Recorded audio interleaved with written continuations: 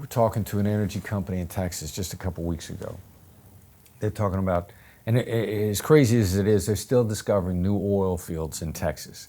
One of the last big oil fields they discovered there was in 2008. I would have thought they stopped discovering oil in Texas 50 years ago. But 2008, one of the biggest oil fields they ever found in Texas. What does that mean? That means they're still buying land from Texas landowners. And this Texas landowner is not selling this oil company the rights to his land. And they're following this guy around. They're waiting for him in the gym. I mean, they're trying to show him that they can be trusted. What does that mean? They're trying to overcome mistrust. But they're pitching him with how much money he's going to make every step of the way, which is what every other oil company pitches a guy. And they were just hung around long enough that finally he got the message that they weren't a fly-by-night operation and that he could trust them, and they cut the deal. But now that they know taking my approach, instead of taking 6 months to get past his mistrust, we can get him past that mistrust in a week. How? By saying right off the bat, you know what? We probably seem like everybody else that's pitching you these get-rich schemes. And from your position, we got to be hard to trust because we look like everybody else. Because that's exactly what he's saying in his head. Right. And the minute you articulate what's in the other guy's head, then all of a sudden they go like, something about you I like. I don't know what it is.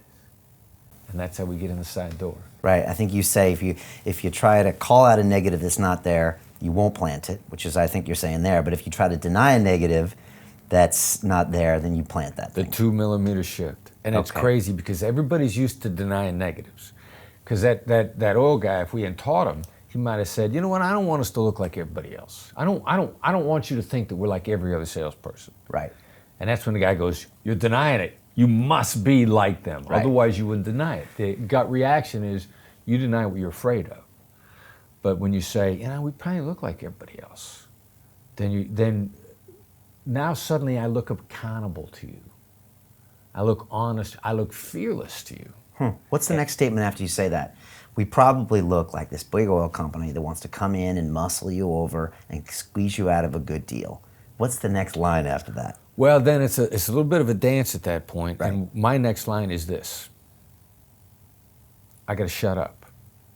I got to read you. I got to let you react. You're going to tell me one or two things. Either I'm on the right track and you need to hear more of me diffusing the negative, or you're going to relax a little bit and you're going to go like, I don't know. And then you're probably going to say, look, here's what's important to me. Everybody else wants a 99-year lease.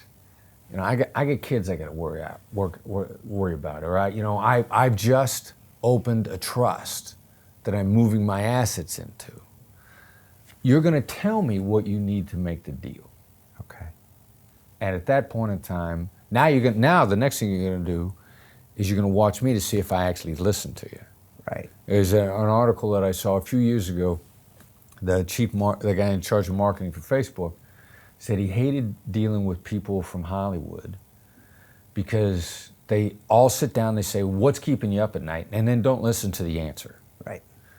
So they teed it up perfectly. The guy's about to share the unknown, and they're busy not even listening. They don't even listen to They're the thinking answer. about their next move, maybe. Yeah, or they're gonna pitch what they came to pitch no matter what he says. Right.